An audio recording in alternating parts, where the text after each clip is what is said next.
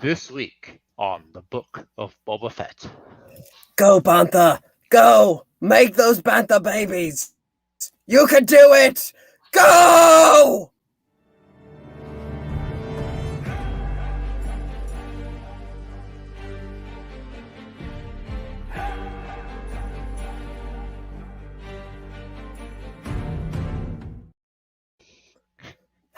Hello, everybody. My name is Puppetine from the Geeky Puppet Show here on the Geeky Puppet Show today with Sarzak Pit as we are reviewing, if you couldn't tell, the Book of Boba Fett.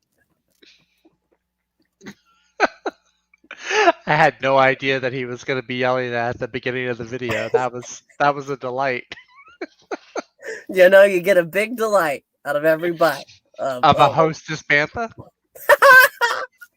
Bantha pie. There you go. Yeah, there you go. Yes, we are here today to review the Book of Boba Fett. That was fun, though, right? Right? That was fun. That was fun. I will give you that. That was fun.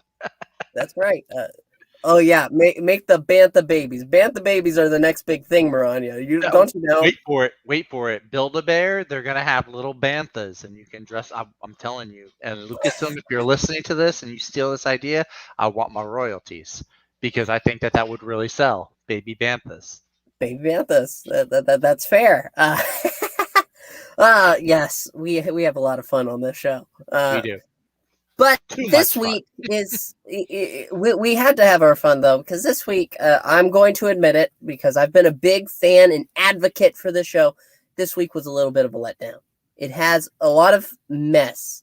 Yeah. No, it's not like it's not. I'm never watching the show again. No, it's not that. It's simply this week is all about Boba Fett finding Fennec Shand. Apparently, there's quite a bit of time in between him and with the Sand People, and then afterwards once they're gone.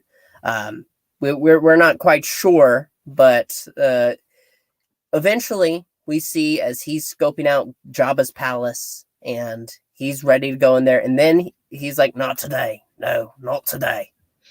Too many gods. Too many gods, Bantha. You can't fight. You're a Bantha. That's right.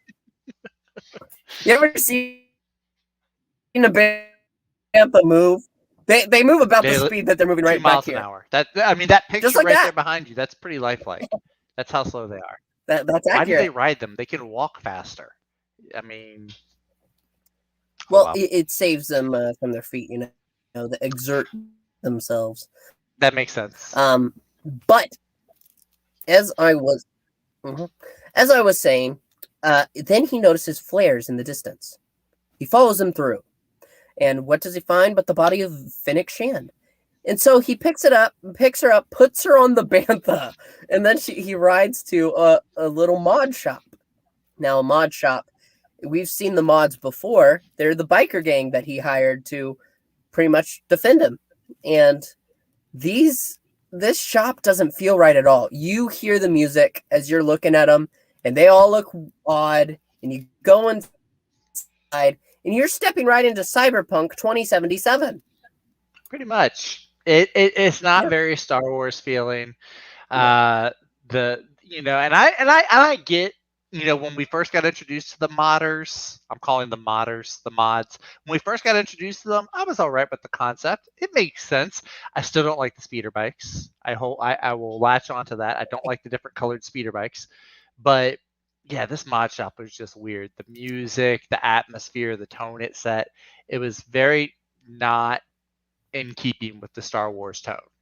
I understand now he takes Fennec there because this is where she gets modded. He saves her life. So it's like, okay, it's an important stop in the story.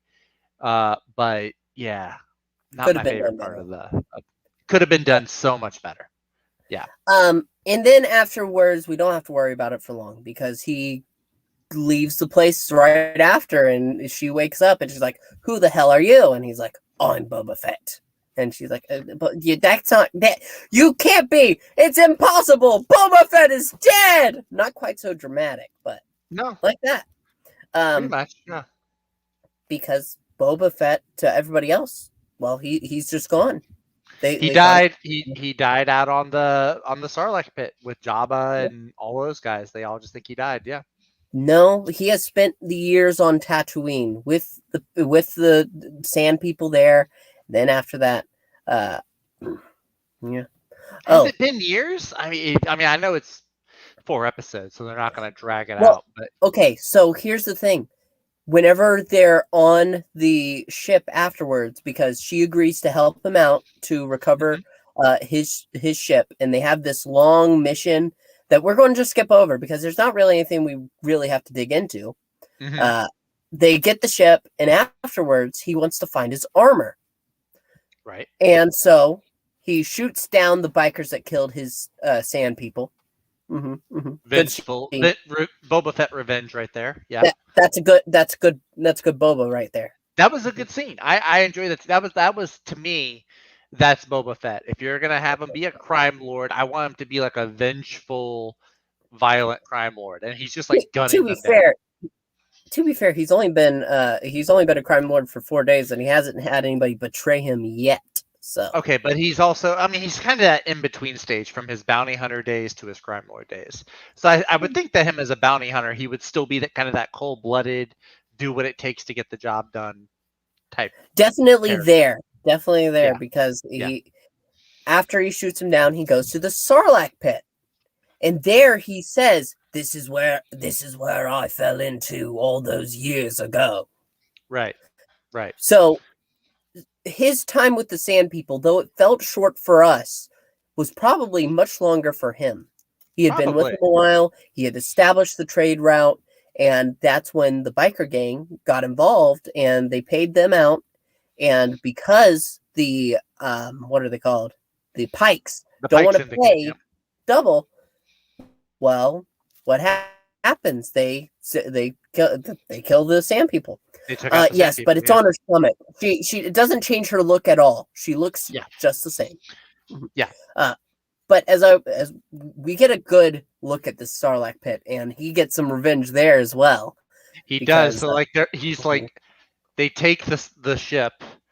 I don't know if I want to use what it's properly known by, but the fire spray gunship. Sidebar, I hate that name, but it's really cool the way he steers and navigates. He turns it, he flips it over almost, so like the cockpit is staring directly into the Sarlacc pit, and he's like looking at it because he thinks that's where his armor is. We know the Jawa stole it off him, and they end up giving it to Timothy Omenson in Mandalorian, but he's like looking in there, and all of a sudden it did kind of give me a little bit of not a jump scare, but when the mouth just lurches forward and the tentacles come out and try to grab it, that was a really cool scene. And so you see the Slave One or the fire spray gunship trying to get away. And okay. It's time to clear it up. The ship, as referred to in this episode, its type is a fire spray gunship. That's what it is. Correct. Its name has been for years the Slave One. Correct. They are no longer referring to it as the Slave One, and so that's why in this, whenever he asks, it does make sense for him to say, "I want to retrieve my fire spray gunship," rather than saying, "I want my slave." Correct. And you're correct. It does, but it's like it bothers me because I compare it to Han Solo. Han Solo does not refer to his ship as the Corellian freighter. He refers to it as the Millennium Falcon, even if people don't know it's the Millennium Falcon. But that's much more of a ship name than Slave One. Yeah, that's true. It's just I'm just not a fan of it. I mean, that's just if you like it, you like it. I just didn't care for it. But Maranya, he does. You're a fortune teller. Fennec Shan does, because she climbs out and she's able to press a button and send it down. Yeah, it pops out the back and rolls over the side and down into the mouth of the Sarlacc. You see the ripple and hear the sound wave as it's really cool. And Boba's like, "Don't touch my buttons again." Yeah, don't touch my buttons without me saying so. Exactly. So after that, though, she says that she's in it for the ride. Wherever he's going next, she doesn't need dropped off. She'll follow him through. Mm-hmm. And that's when we skip over. We get to see the shot of the scene again. I really thought he lost his head, but no, Bib Fortuna just gets shot and then slumps to the ground. Yeah. I for some reason, I just always imagine zoom. I don't know. Yeah, pretty much at this point now, we're done with the flashback scenes. Pretty much right now, we're caught up. This is the point where he enters the Mandalorian. It's actually perfect because as this scene comes up, he gets out of the bacta tank and he is fully healed. That's true. Yeah, that's why he's needed the bacta tank. He was recovering from his injuries over the years and in the Sarlacc pit. Correct. Yeah. So and when I heard that, that's where I was like, oh, good. We don't have to do the flashback dreams anymore. But then even as you watch the rest of the episode and as it progresses, you can see, okay, well, this is where it's going. There's not really so much more they have left to cover up in that. Reminds me of Arrow. I was so dang happy when we were finally done with the flashbacks. This is totally unnecessary. They just didn't see that. They should have stopped them years ago. But it's done now, and now we get to see, well, a scene with Jabba and the head of the clans around Tatooine. As he says, do not join the Pikes. Boba. That's all I want from you, really. Yeah. I just want your allegiance to not join the Pikes because they're going to come here. They're going to come down. They're going to take us over one by one. They're going to put chemicals in the water that turn the frogs gay. Oh, wait. No, that was a little far. Yeah, a little bit. But no, he does. I mean, yeah, basically, he's like, listen, if you don't want to join me, because some of the gangs, he does offer them that first. He's like, hey, work with me, and they're like, why should we? So it's like, okay, well, if you're not going to work with me, then at least also don't go work with the Pikes. Because he convinces them, the Pikes will gradually take over the entire planet. So. But then they have a moment where the one in the back says, I'm trying to do my best to remember what he sounded like. Why shouldn't we just kill you and take your spot here? Right. Yeah. Yeah, that's... Maranya brings out a point, but at the end here, that's when the Rancor pushes up against the grate at the bottom of the table and freaks everybody except Boba, obviously, out. Right. Yeah, because the table is laid out. It's right over that trap door. So, and Boba drops the big old thing of meat down there for it to eat. They say that those terms are agreeable. They all leave, and Fennec Shan says, "Do you really trust any of them?" And Boba's like, "No, no, of course not. But of course not. I do trust that they'll serve their interests." Exactly. Now it's time for everybody's favorite segment. Well, what does Baby Yoda think? Oh, what does Baby Yoda think? Well, aside from having some issues with the Sands of Tatooine, he also agrees that that this episode, though it has some fine moments, it's got some worrisome moments because we don't need that mod shop at the beginning or moments like that. We could cut that out. We are missing, though, my personal favorite part of the episode. So last week, actually, in episode 2, I think it was, we were first introduced to this Wookiee, Chrysanthemum. And then last week, Chrysanthemum tries to kill Boba. Boba gives him over to the Hutts. The Hutts say, no, keep him. Boba, what on earth? Oh my gosh, he's coming in from the sides now. What? But Baby Yoda, he just popped out of the side. Like, what is he flying? Is he levitating? I didn't see that. Oh, well, anyway. Oh my God, he's going to eat your head. He's like the face huggers in Alien.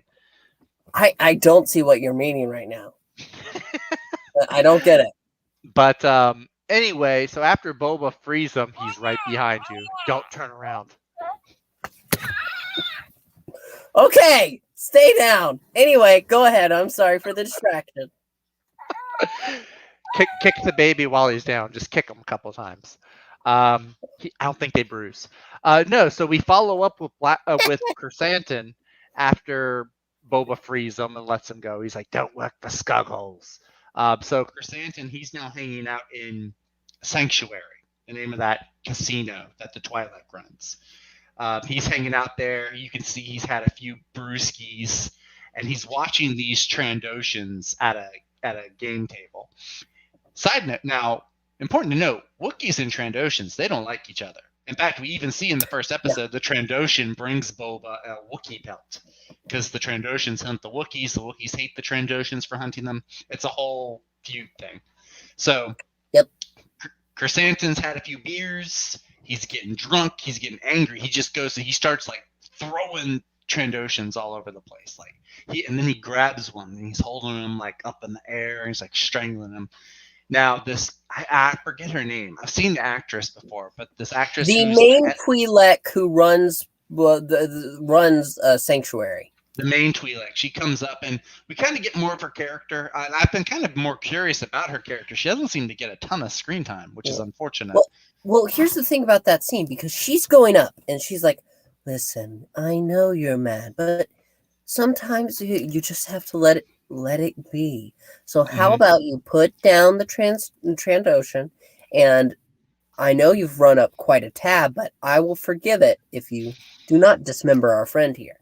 And I was about to, at that moment, I was thinking, wow, Chrysanthemum and I have the same weaknesses. Beauty can tame the beast. Yeah, exactly. That's what I was thinking too. Hot Twi'leks will cure any wounds, but it does not, because then Chrysanthemum just rips the arm off.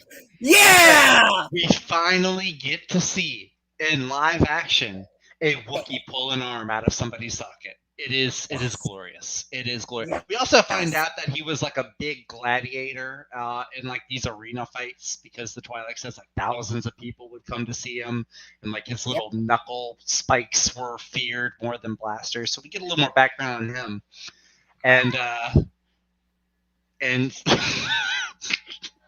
then towards the end of the episode, it looks like Boba Fett is about to actually hire him as muscle for a job. And I think that's where the episode ends with him. I think when the episode ends itself, he's still, because Fennec Shand and he are talking, and he's like, "Well, how much money do we have in the reserve?" And she's like, "Oh, we have lots of money, and money can buy muscle." So I think they're going to go on like a recruiting drive probably next episode. There's some speculation next week we'll see Din Djarin. Some people speculate that. I don't know how accurate that is. But since we are caught up and in the present now, could see possibly Din Djarin showing up next week. Well, I didn't know. I thought that maybe he would go after the bantha that he says to go and make big Wookiee not Wookiees, big bantha babies, and then collect them. How's the bantha gonna have a wow? Oh. We don't need to discuss that. Baby Yoda's worried too. Yeah. All right, Baby Yoda. Anything else to say? Yeah, I know you don't like the sand. It's coarse. It chafes. And dry. It gets everywhere. It chafes. I hate sand too. Yeah, it's pretty bad. But overall, this is a fine episode. There are good things in here, as we said. There are good things. Yeah, exactly. There's also disappointing things. It's a roller coaster. It's a roller coaster. If you like roller coasters, you probably like this episode. There's ups, and then there's downs, and then ups and downs. Don't get seasick. If you get seasick, you might not like this episode. Like the great hills of the Dune Sea. Exactly. That the baby banthas are being made on. You go, bantha. Oh, girl, you can do it. Banthas eat meat too, apparently. That's kind of terrifying, because he feeds his bantha like a thing of meat, like a big old thing of meat. I was like, wow, banthas are carnivorous. That's kind of scary. Yeah. I think omnivore is the proper term. Well, hey, if they can eat meat, that's the terrifying bit. We only have 3 more episodes before the end, but I've heard good news for our Star Wars fans. Rumors have it that this spring, the Bad Batch will return. That is excellent news. That is fantastic news, actually. I've been wanting some more Bad Batch. I'm ready. Hopefully we can keep a later schedule. We don't have to stay up every night. So we're not going to Bad Batch the Bad Batch? There's a fair chance we won't. Mm-hmm. Oh, hey, that works. I'm just excited for more episodes. If banthas are like elephants that they used in Star Wars to portray them, they take 2 years to have bantha babies. Oh, wow. That's right. Yeah, bigger animals typically do have longer gestation periods. Wow. Unless it's Star Wars. It's not real. No. Maybe it's a lot like Froggy's mother. Wait, a mother spawned that thing? I know, right? Isn't that just terrible thought? It was just like all the bad in the world just combined to form him. Into a frog.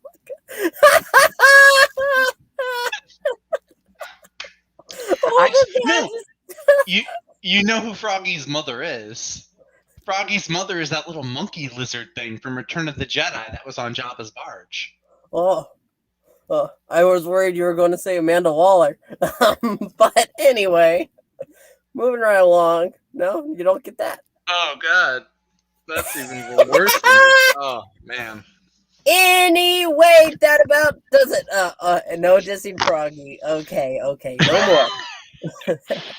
How can he be right? He's not making an argument. He can't be right about anything. He's not here.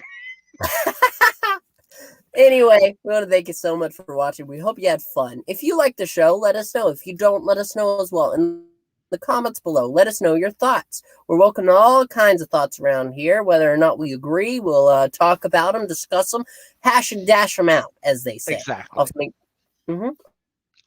Also, make sure to subscribe for more great content.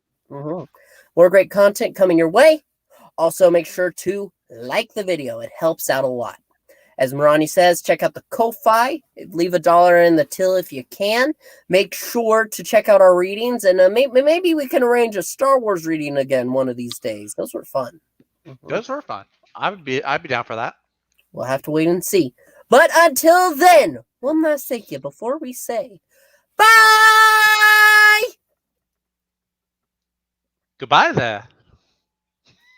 What? Yeah, it's like hello there, but goodbye there. It's like, no? Okay. Eat at Joe's Cantina.